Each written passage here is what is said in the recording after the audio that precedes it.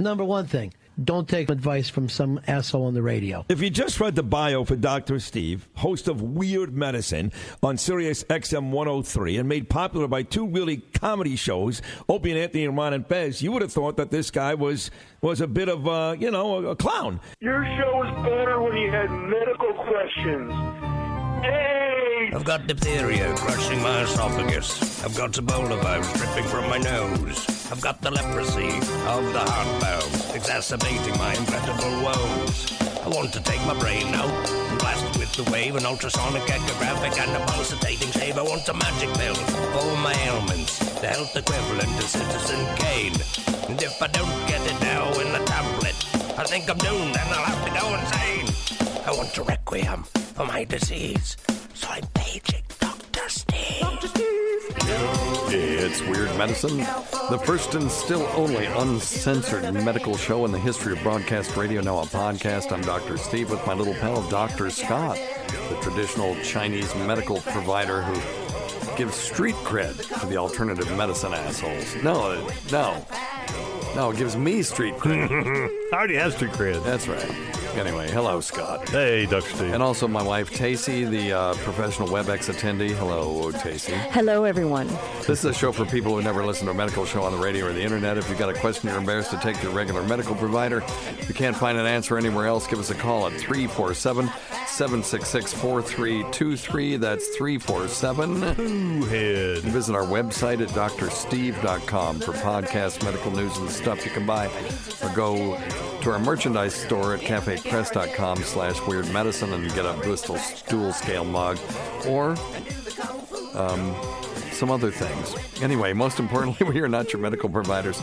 Take everything you hear with a grain of salt. Don't act on anything you hear on the show without talking it over with your doctor, nurse practitioner, practical nurse, physician assistant, pharmacist, chiropractor, acupuncturist, yoga master, physical therapist, clinical laboratory scientist, registered dietitian, or whatever. All right, very good. So don't forget to check out Dr. Scott's website at simplyherbals.net, simplyherbals.net. If you're going to go shopping online, go to stuff.drsteve.com. It's a click-through right to Amazon, and it really helps keep us on the air. So please use that stuff.drsteve.com. And tweakedaudio.com. Offer code FLUID, F-L-U-I-D, for 33% off. Biggest discount in internet history, really. 33% off the best earbuds for the price and the best customer service anywhere. And then if you want to lose weight with me and lose weight with Tacie, because we're going to be, Tacie's going to get back on it again in January, Noom.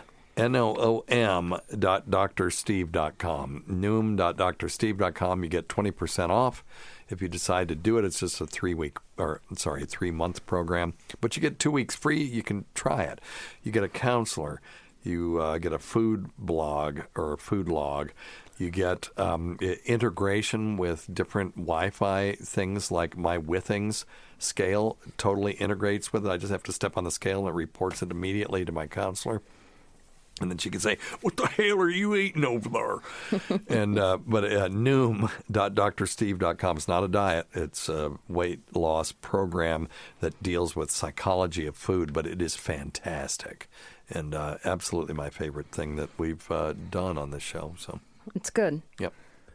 So a couple of things. The feeling is coming back into my face. I just had some oral surgery done, and my phone must have gone off, and my beeper went off 100 times while I was under the nitrous. So here I am answering questions completely blitzed on nitrous, but it's amazing because, you can function on that stuff. You feel good, but all of those neurons still fired. Mm-hmm. That's crazy. Kind of interesting, yeah. I didn't prescribe any medication or anything like that. I was talking to other providers about ethics and things like that. Oh, that's not important. Right. Ethics. That's silly No, but what stuff. I'm saying is,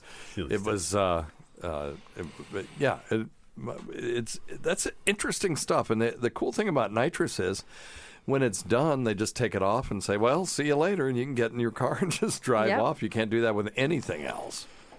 I love nitrous when you're getting facial things done. Yep. like when we go to our place and get all that. Yeah. What do you call it? What is the dermatologic? Botox? Yeah, No, stuff. Not the aesthetics. Yeah. aesthetics was the word I was looking for because it's much more than Botox, really. The dermabrasions and stuff. Oh yeah, all the fun stuff, the stuff that really hurts. Yeah. But with nitrous, doesn't hurt. I had nitrous.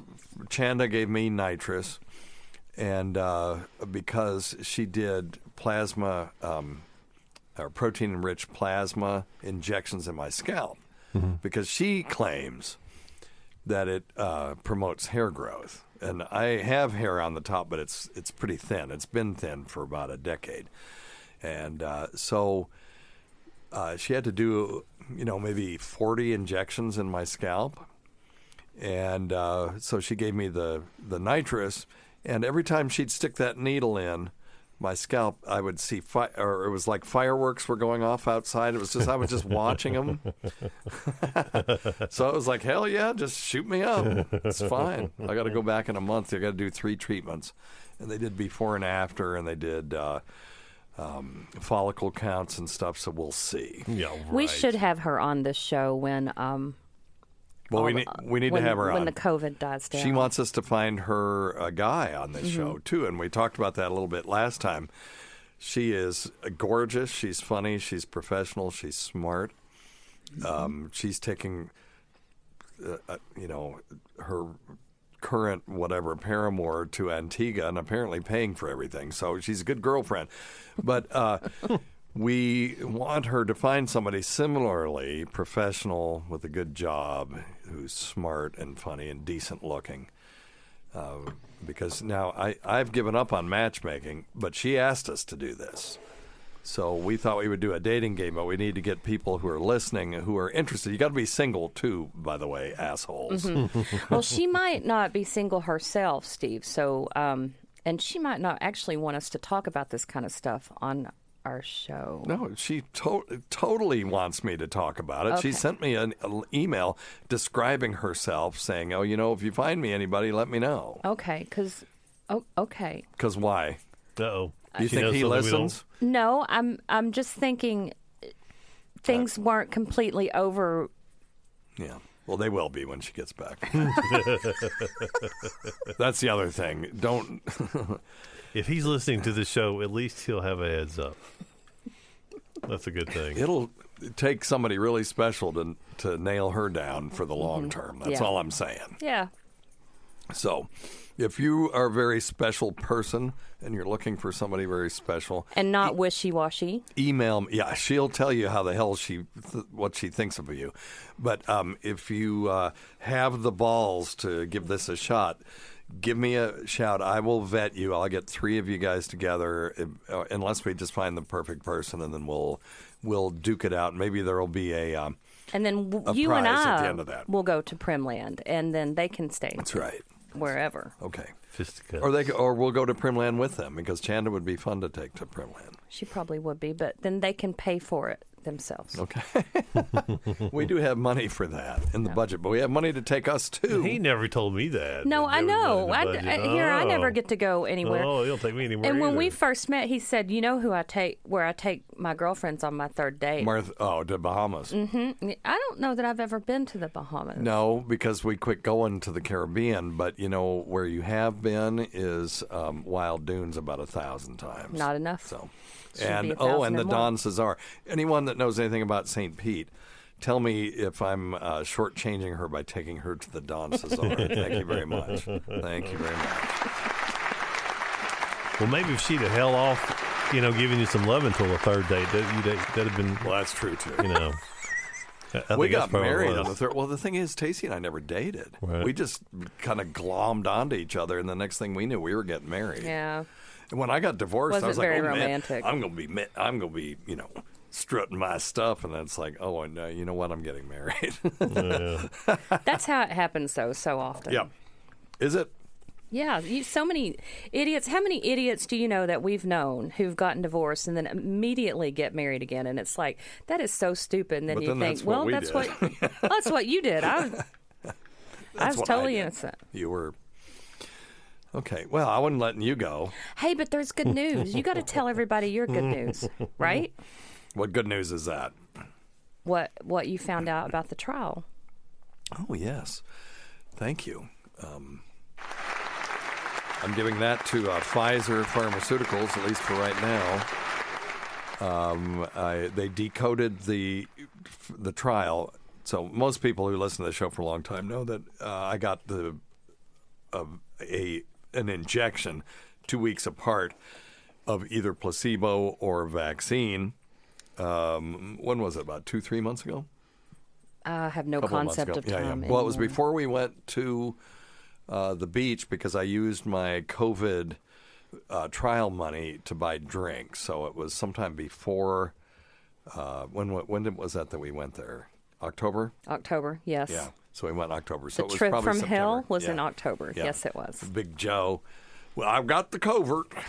But anyway, we've talked about that before. But go back and listen to Big Joe's covert operation. That's what I called that one. I tell the whole story about how Big Joe ruined our vacation. Not because she got COVID-19. I mean, viruses got to live too.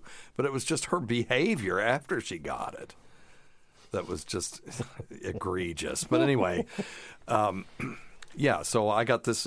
I participated in the vaccine trial so that at least one of you all wouldn't have to do it. Because I said if it kills people, I'm 65. Who cares if I die?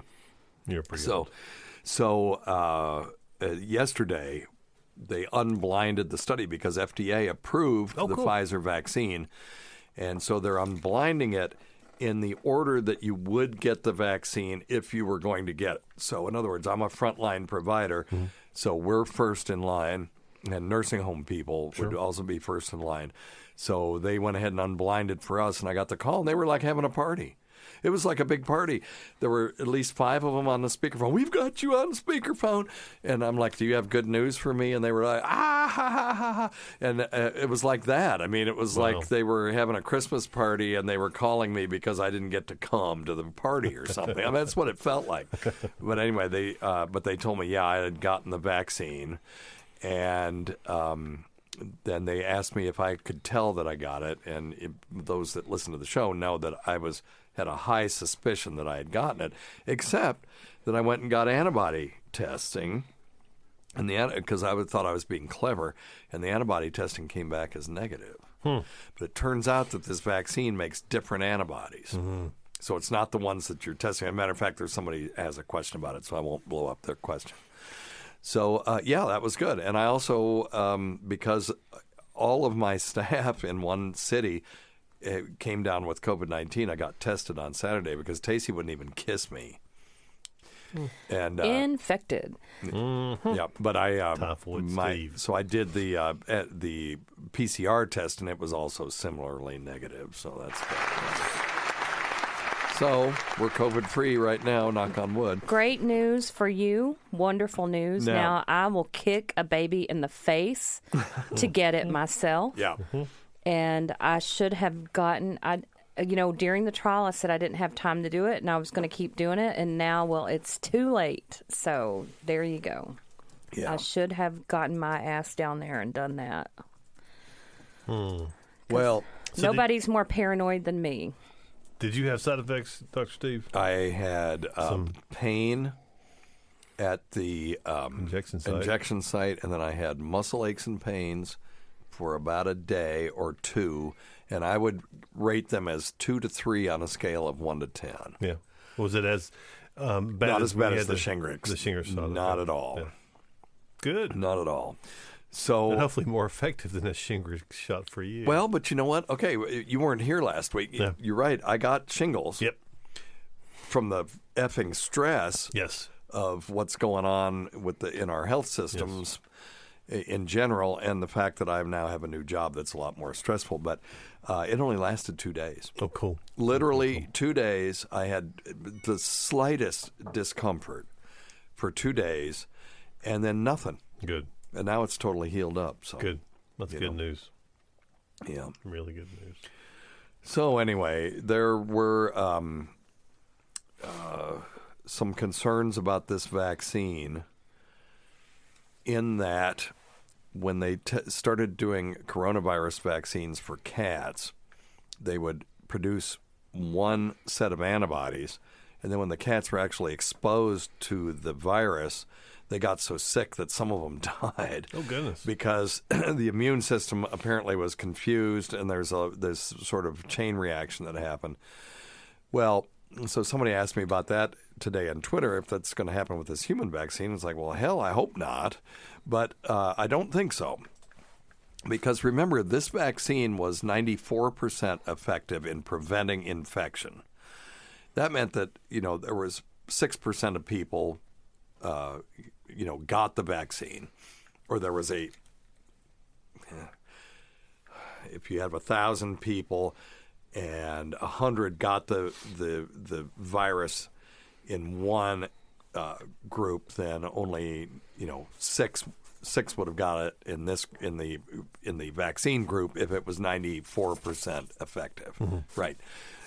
So, but the numbers were much larger than that. But in that group of people that got the vaccine that got infected by SARS, CoV-2 and got COVID-19, they had very mild syndrome, and none of them died.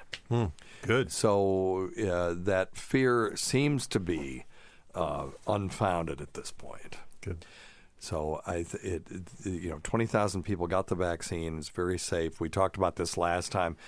Go look on our YouTube channel. Cliff Andrews, who is now our social engineering person, took a clip where we were talking about how the vaccine at 20,000 people getting the vaccine would tease out some pretty rare events, but it won't tease out the 1 in a million events. Mm-hmm. That's the problem. So we won't see those until we start vaccinating millions of people. Yep.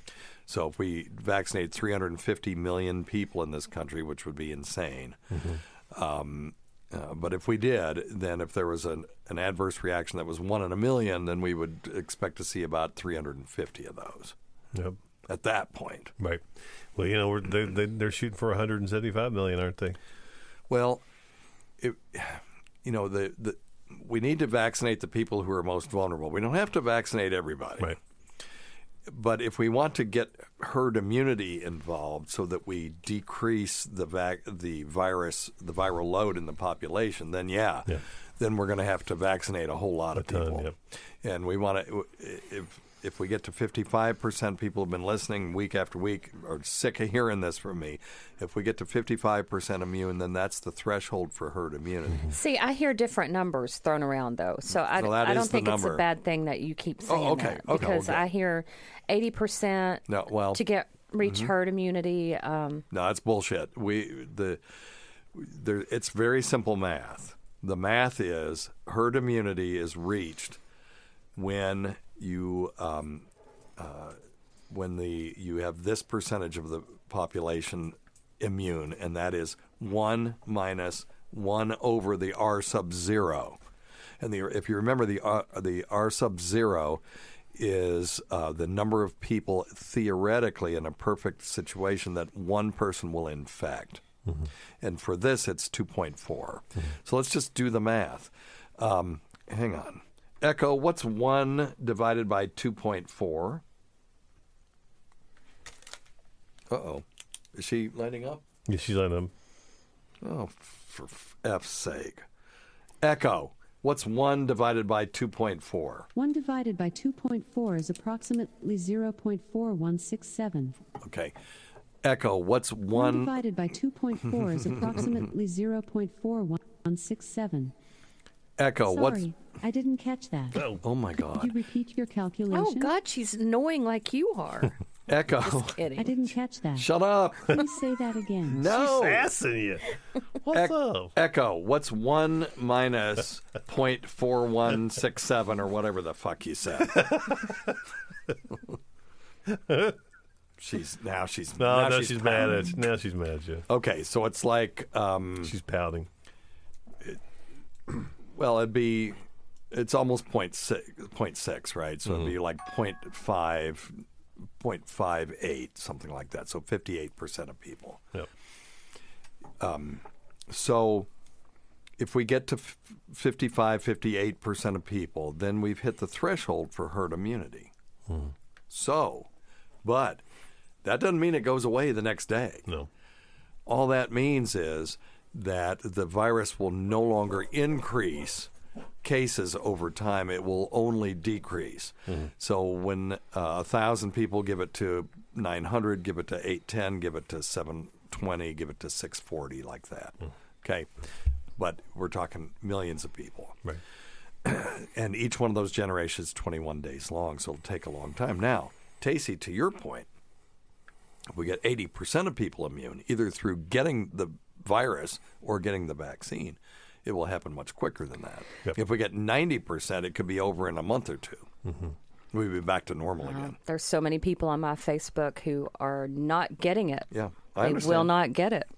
I understand their reticence. I just wish that they would listen to. And I know people say, "Well, listen to the science," and people are sick of hearing that too, because they're telling them to wear masks, and the science for that isn't. It's okay. The people who are argumentative about wearing masks aren't listening or reading about the science. Well, they're like, "Well, this science." No, they're just like, "Don't take my freedom."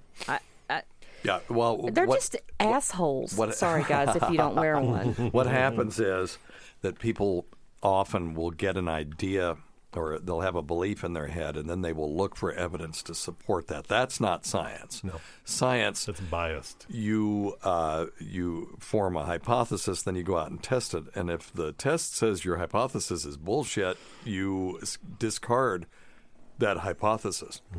Well, I had another smart lady on my Facebook. That's how I researched this week. And she said that the shot, if you really researched it, There we go. was no more effective than a dose of Tamiflu. Oh, for fuck's What? sakes. Okay, But I didn't go into it. I didn't want to start a You just Facebook. No, I'm just kidding. Go ahead. Yeah, go ahead. Go ahead. I No. didn't want to go into it and start a Facebook argument because No. who am I? You But- can't tell people that will not listen to the evidence unbiasedly that they're wrong. They just refuse to believe it. I told the guy the other day who was talking about the masks not doing anything. I said, "Well, what would you think if your surgeon came in to do surgery on you, and the surgeon and the OR staff, nobody in there was wearing a mask? Would you think that would be weird? Yeah. If you're gonna have a total need and everybody's in there in their That's Hawaiian, pretty good. they're in there in their Hawaiian shorts." Yep. Beating off Smoking cigars. Hey, don't worry about those infections. like they used to. Yeah, exactly. Don't worry, those bugs aren't going to get you. That's the fucking bullshit of it all. Yeah, we're cussing a lot this. Pardon me. Yeah, no, I apologize. I'm the same way. Yeah, I apologize. But it's just infuriating. It's just It infuriating. really is. Well, and I saw a doctor, presumably reasonably intelligent person, although I know a bunch of dumbass doctors. I do too. And what he did was he vaped, right? He took in a vape, which already a dumbass, and then he put a mask on and then blew it out and said, "Look," and then just showed how it comes out, okay? The thing is that, yes, I get it. It's wearing a mask is no good against vaping. No. But that's not what we're trying to prevent here. We're talking about something that's droplet. Right, it's fluid. It is fluid. It's fluid. It's fluid. And if it's an aerosol, the mask won't stop the aerosol, but it will stop the droplets because they are big enough to be stopped by these masks, and particularly N95 masks for sure, but even cloth masks. And we're not.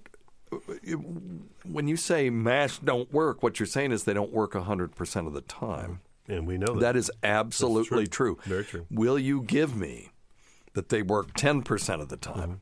Just give me that. Yep. 90% or let me put it another way, 90% of the time masks don't do anything. Will you give me that? Yep. Yes, I will. Okay, well, then when you're in an area and where the R sub T, which is the number of people that one person will infect in reality, is below 1.1,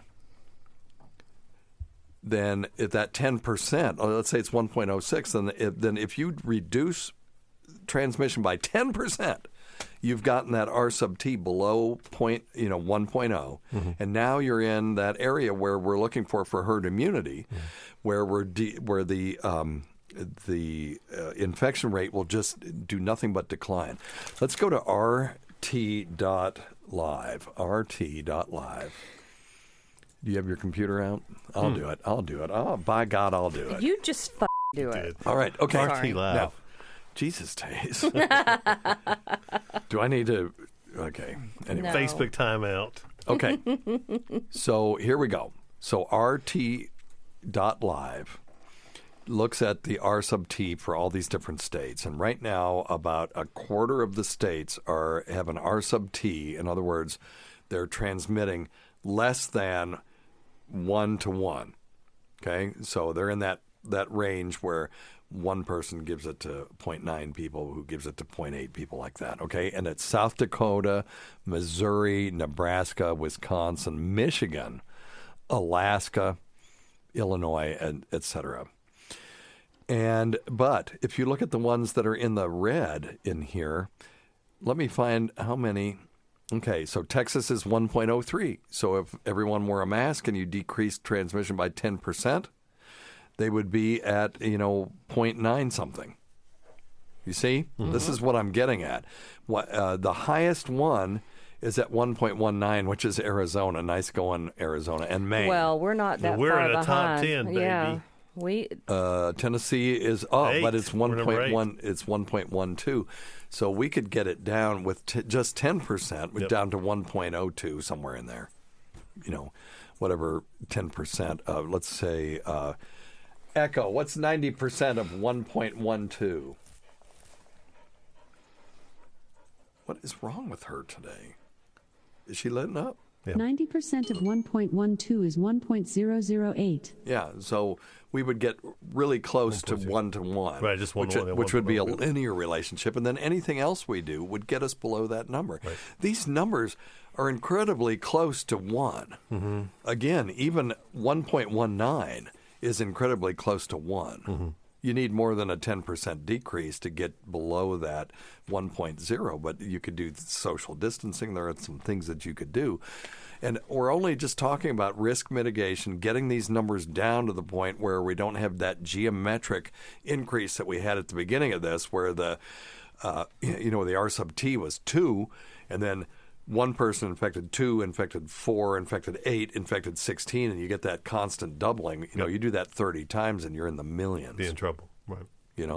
Today's episode is brought to you by Angie. Angie has made it easier than ever to connect with skilled professionals to get all your jobs and projects done well.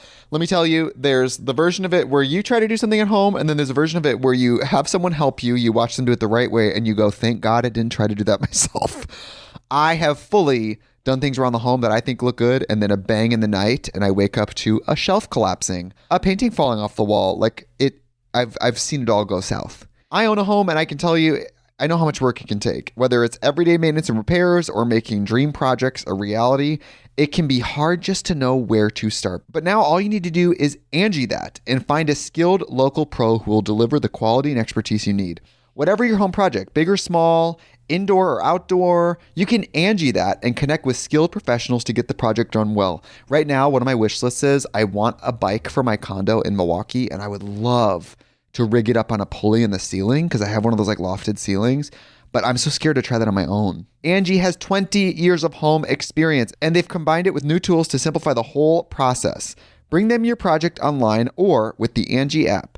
Answer a few questions and Angie can handle the rest from start to finish, or help you compare quotes from multiple pros and connect instantly, which means you can take care of any home project in just a few taps. Because when it comes to getting the most out of your home, you can do this when you Angie that. Download the free Angie mobile app today or visit Angie.com. That's ANGI.com. Does that make sense? Oh, yeah, sure. Yeah. So that's all we want with the masks. What would you say about the shot being, the vaccine being about as effective as Tamiflu? Well, Tamiflu is not very effective. That's what she was saying. The vaccine is 90. He got the numbers. It's 94% effective against infection. 100% effective in the numbers that they had against death. I don't know why she would say that. Why anybody would say that. They're just making it up. It's just and okay, I'm not even going to say that. They have their own agenda. Twist on the truth, baby. Mm-hmm. Okay, the efficacy of Tamiflu is 89% for individuals. and 84% for a household. So that's actually higher than I thought it was. Because last time I checked the numbers, they didn't seem like they were that high. Why would anybody be preaching? Well, never mind. Shut up, Tacie. Yeah. Just shut up, Tacie. Just shut up. I will. Yeah. But what we're looking for, though, they bring up one point. It would be nice to have a damn Tamiflu for coronavirus. Mm-hmm. So Favipiravir, I've been preaching that one since March, and it's not come out here in the United States. They're using it in Russia and India. There's another one called Molnupiravir, I think, something like that. It starts with an M. That is supposed to be even more effective. That would be a pill that you could take. You get coronavirus, you go to your doctor, they give you a prescription. Mm-hmm. You take it, and you don't die. You don't end up in the hospital. You don't progress to serious disease. Yeah. That'd be great. Then to hell. So then what we could do is just vaccinate the people who are at the highest risk. Mm-hmm. I'm not at such high risk of dying from it. I am in a risk group, but I'm more at risk of transmitting it to somebody. Right. Who is at a high risk. Very fragile patients. Because I'm seeing people, I see cancer patients, I see older folks in nursing home, all that stuff. I see you as being the most at-risk person ever, and I don't know how many nights I have just prayed and prayed and prayed, and how thankful I was that you got that virus. That was like the best Christmas present ever. Tacie cried when I told her that I got it, and I'm not laughing at you. That's the most emotion you've ever shown toward me in the 20 years we've been married. I mean, all of his nurse practitioners have gotten it, basically, in one city. I mean, how much worse can the numbers be in a group of people? Yeah, and I'm just really waiting on you to get it, and then I wouldn't even know how to turn the TV on in the house. That is true. Or the computer. Because this place is rigged. Or rigged. Like nobody's business. You'd have to Grubhub every night. Yes. Scott would have to come live here. I'd have to come cook for her. I'd have to come do the electronics for her. Oh, if Scott came and cooked for you, you'd be a very sad person indeed. No, you'd be happy. Well, we're having mashed tofu tonight. I'd be. Oh, that's true. No, hey, I don't know. He could probably do it pretty good. Hey, listen, I made a fabulous tuna melt last night with a one of those funky sauerkrauts. Oh my God, it's wonderful. Okay, now that doesn't sound that great. Damn, this is about as boring as sex with my wife. Sorry. I could woo you, Tacie. I could woo you. Well, we are very excited, and I guess that's why we're just rambling today. So I'm very excited. People are actually getting the vaccine, and things. I see the light at the end of the tunnel. Yeah, I agree. I really do. That's good stuff. All right, we have a quote from the Bennington show, Tace, your favorite feller, Ron Bennington, was talking about you. Good. Let's see what we got here. Can't wait.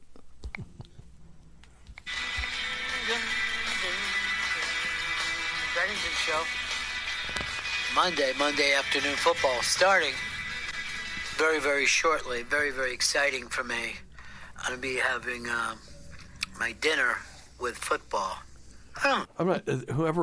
Thank you, whoever sent this to us. But your skills at cutting up audio are not so great. But we appreciate it. No, I do appreciate it. I haven't heard it in 2020.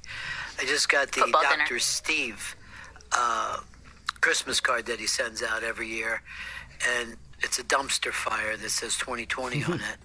But he's got a picture of him, Tacie, and the boys. They are men now.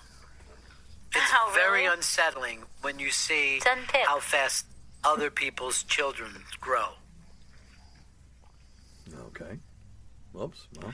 And not only kids that you don't see all the time, it's like disturbing, right? I know. Like it's like, oh, this is a marker of time. Not only did they grow so big, but so did Tacie's tits. Oh my God. That's weight gain. Weight gain. He loves you, though. I love him, too. He said when I die, he's just going to come and just mess with you constantly.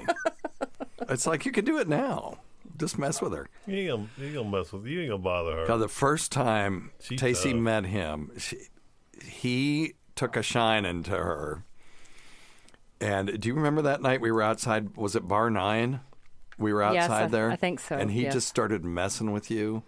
What was it? He said, "Do you have Jews in Tennessee?" And you're like, "Oh yeah, we have. We respect the Jewish people." And he's like, "Wait a minute, There's a Jew. Hey, Jew, come over here.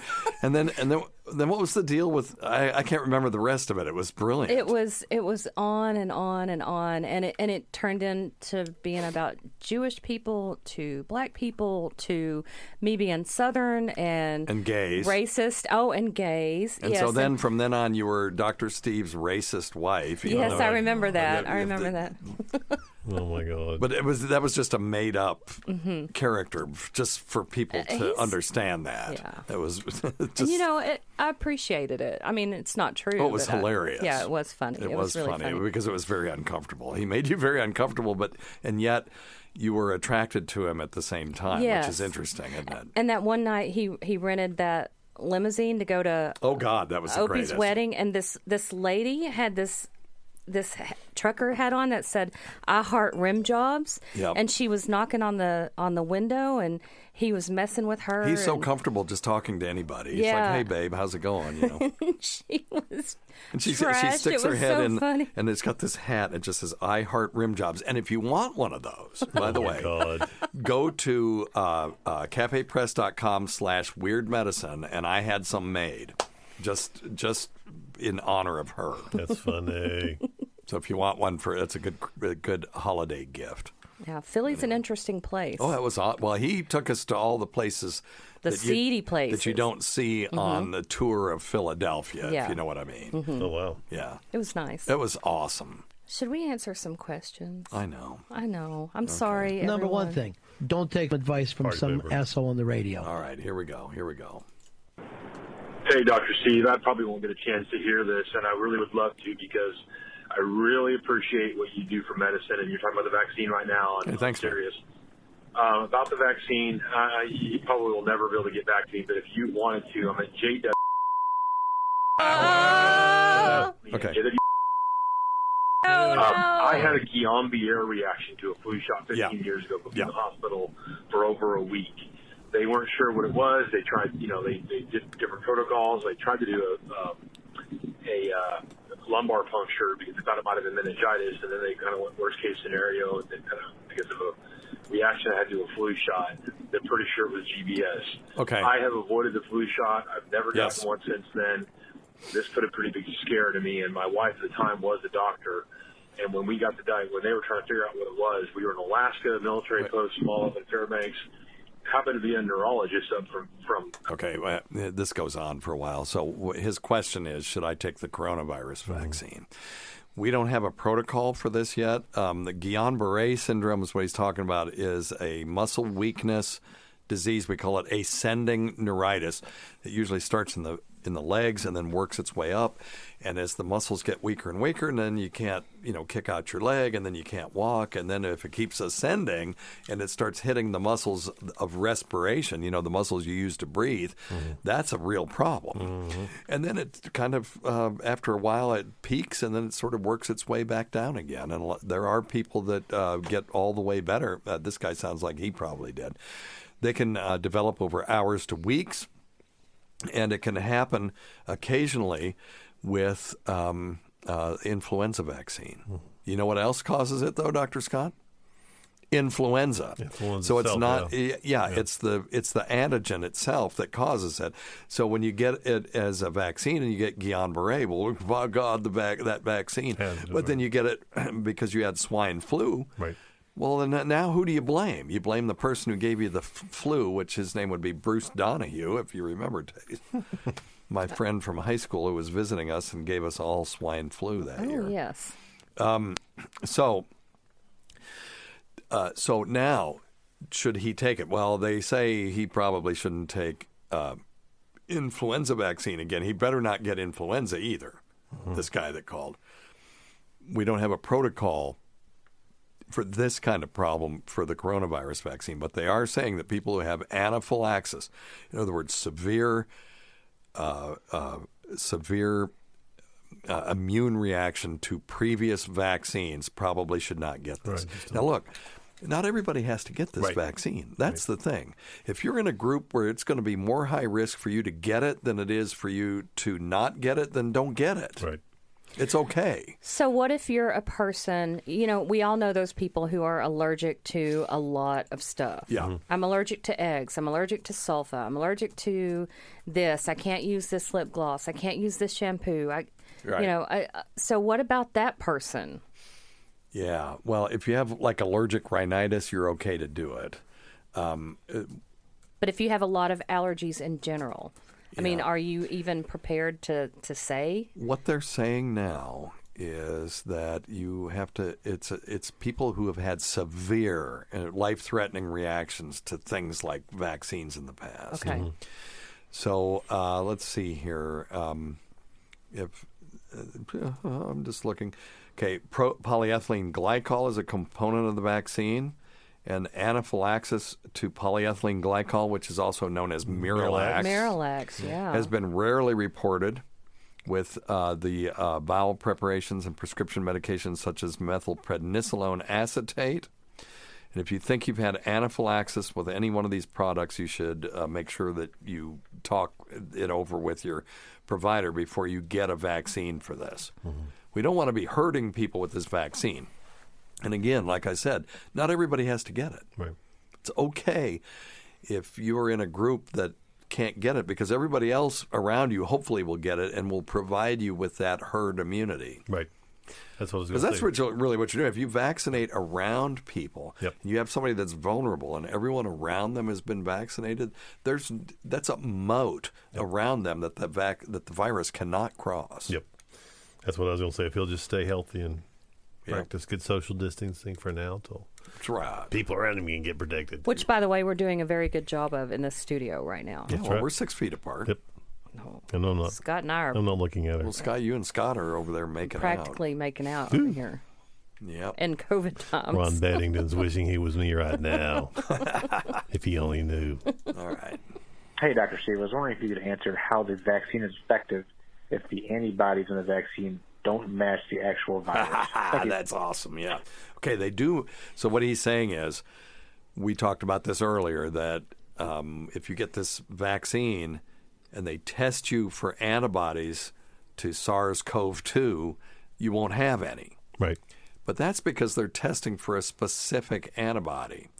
This, depending on how you attack this this protein, you could produce a bunch of different antibodies. And those antibody tests are so specific that if you don't test for the exact one, then it'll show up as negative. That doesn't mean you're not making antibodies against the virus.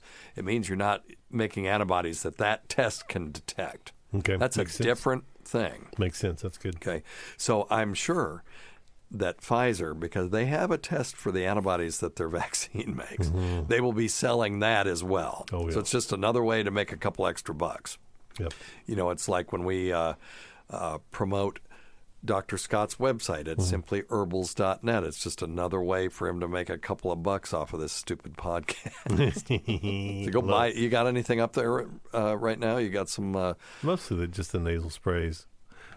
They're still going pretty busy, pretty big, pretty the nasal busy. spray doing okay. That's the best saline nasal spray on the market, in my opinion. Yep. I am biased, but I am usually don't allow my biases to affect what I endorse. Right.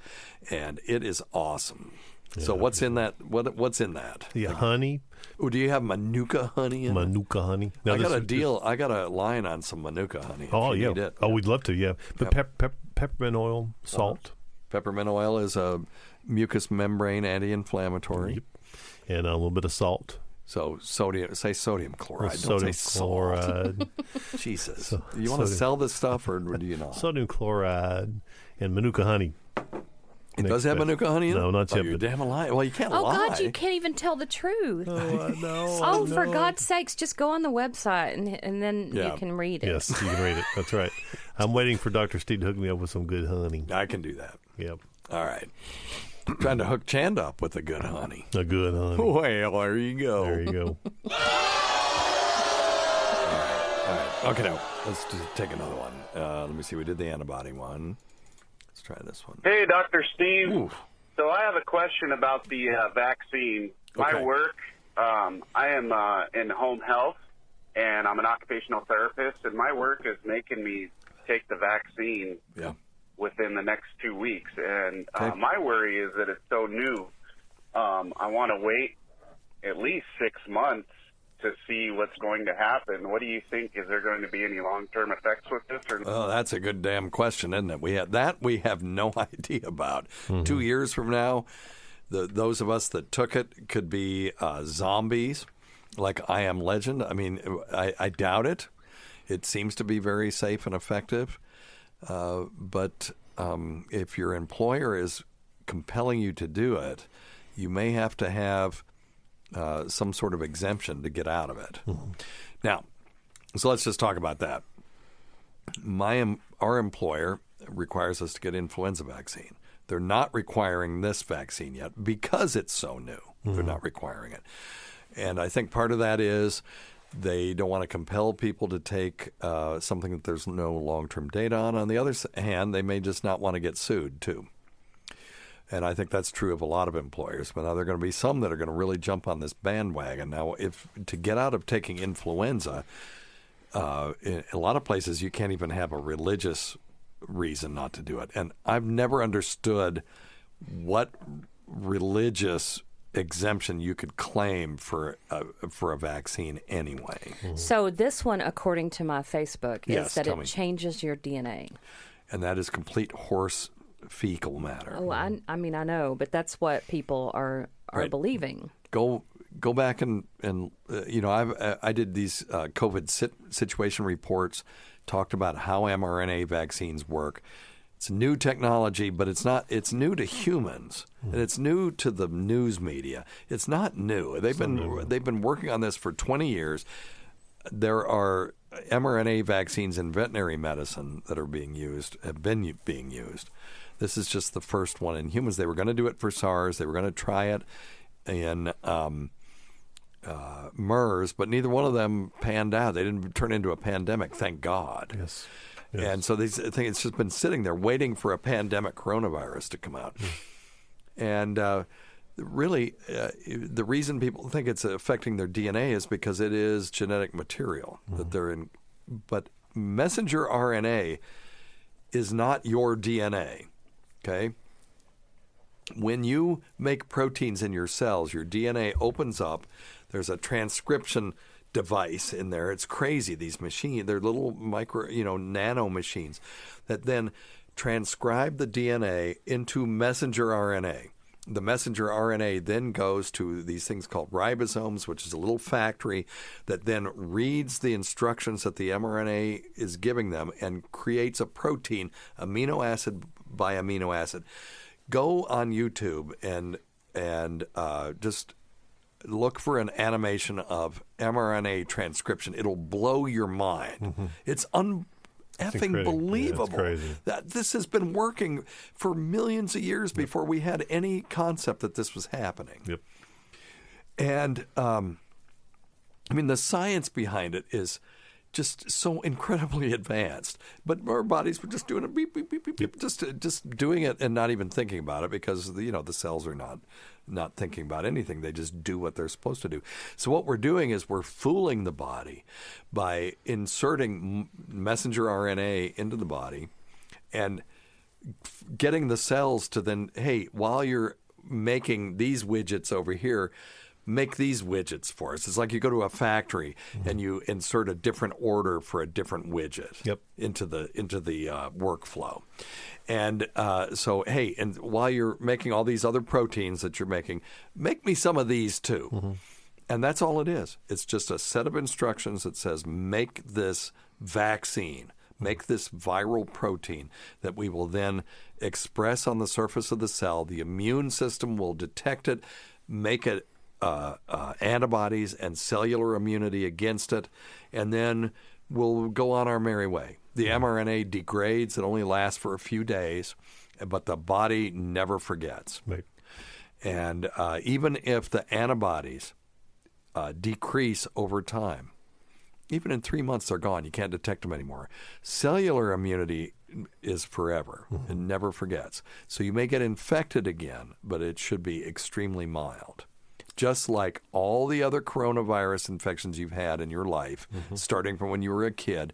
There's only like 5 of them. So if you've had more than 5 colds, of course, you can have parainfluenza and stuff, but I'm talking about colds. If you've had more than 5 colds, then you've been infected by coronaviruses more than once. You know, you probably ran through all 5 of them. Yep. These effing things suck. We need to kill all of them and eradicate them from the face of the earth. But in the meantime, let's just make it so they can't hurt us. That's the first step, and that's what this is about. Okay? All right. God damn it. Hey, Dr. Steve. How you doing, man? I'm doing all right, man. How are you doing? Good. I'm glad to hear that. Thanks. Love your show. Appreciate it. I am calling with a weed question. Okay. My better half, we both are cannabis people. Cannabis people. My better half can smoke and vape and enjoy cannabis. Oof. However, she does not feel any effect from edibles whatsoever. With edibles. I probably... Okay, I'm having trouble with his audio, but I'll handle this question. Okay, Just his keep question playing it. is, he and his wife like to do cannabis, but when his wife takes edibles, she gets no effect. Go. Yeah, does he have anything else to add to this, or is that it? Hell, I can't tell. Yeah. I don't know if he had a question. Well, no, that's the question. What's going on with his wife? Well, the edibles don't kick in as quickly and tend to come on much more gradually. Yeah. So, typically with the edibles, you don't get that euphoric buzz high that you would get if you're smoking. Not right vaping. away. Not right away. It's much more subtle and lasts a whole lot longer. Typically if you're vaping or smoking, you're going to get much more of a buzz instantly. Yeah. But typically, but doesn't last as long, and that would be my guess. Plus, you don't know what if they've developed a bit of a if they've been using the cannabis for a while, they've got a bit of a tolerance for it.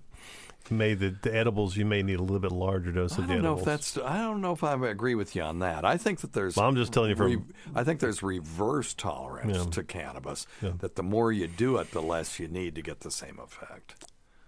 Because I know the first time. Well, let's just say a guy I knew whose name rhymes with me. The first time, that person did it 3 or 4 times, got really no effect, and then all of a sudden it kicked in, and then that person required less and less over time to get the same effect. Maybe it's because then you're recognizing it. I don't know, but it's not like opioids where you need more and more and more. But anyway, go ahead. But it is not like opioids in that way. But I do know for a fact that most of the folks that do edibles fairly regularly, if they are former smokers or if they still do the vaping stuff, they do need to take a little larger dose of the edibles because they don't perceive the feeling. I wonder if decarboxylation is involved in that as well. That's the only way you can make an edible.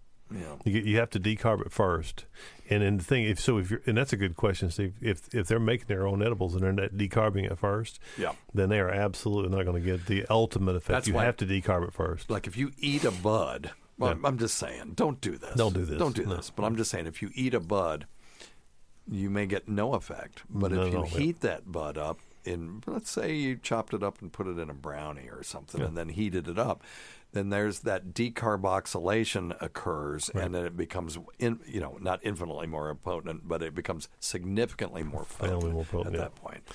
So, I wonder, and I wonder if you're not wrong in the sense that if they're vaping, some people may be just used to that huge peak in the beginning.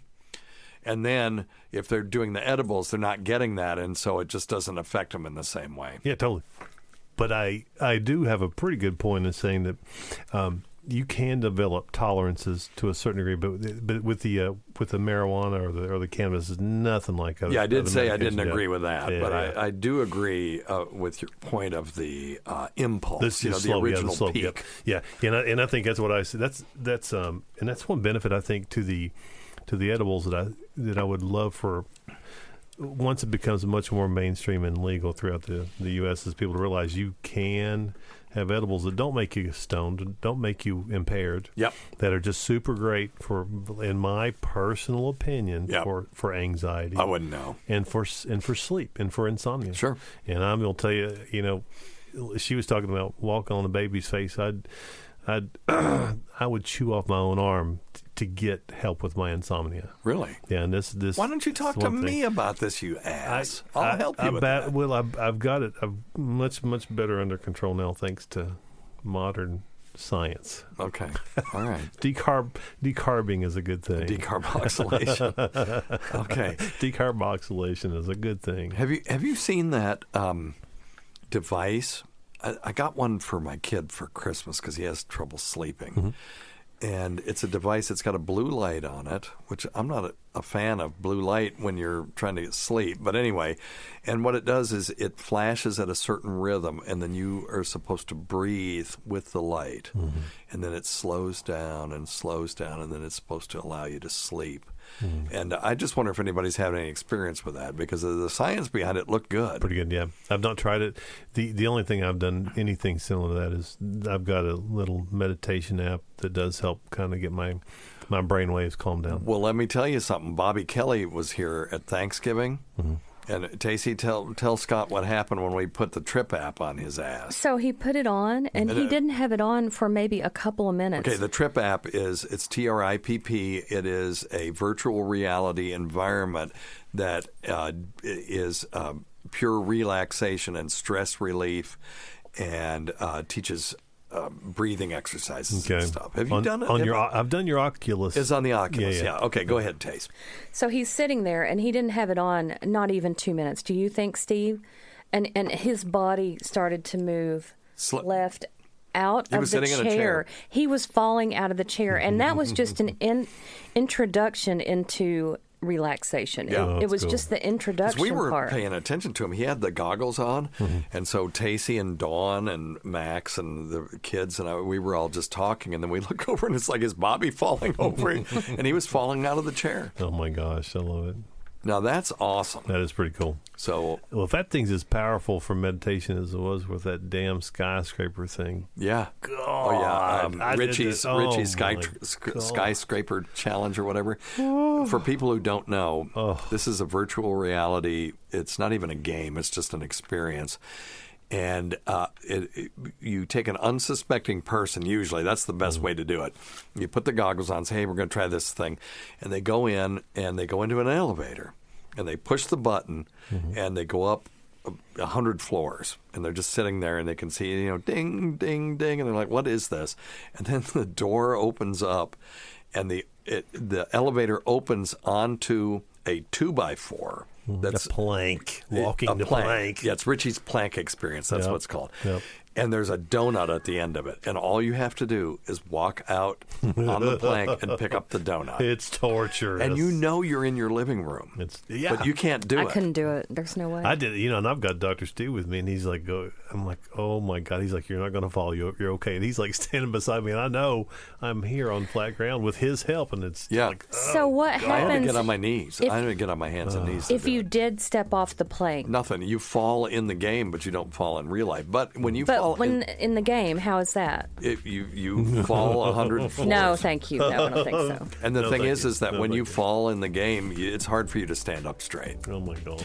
I've got a couple of games that I play standing up, and I'm falling over constantly. Oh my gosh! It's so awesome. Well, as old as you are, with Yeah, as old as you are. Yeah, brittle bones and stuff. You got to be careful. If you want to do the Trip app, though, I happen to have an extra Oculus sitting around. It is really cool. If you want to, take it off my hands. That's right. Yeah. All right. Well, anyway, let's get out of here. This was a very entertaining cluster F of a show. Mm-hmm. Sorry.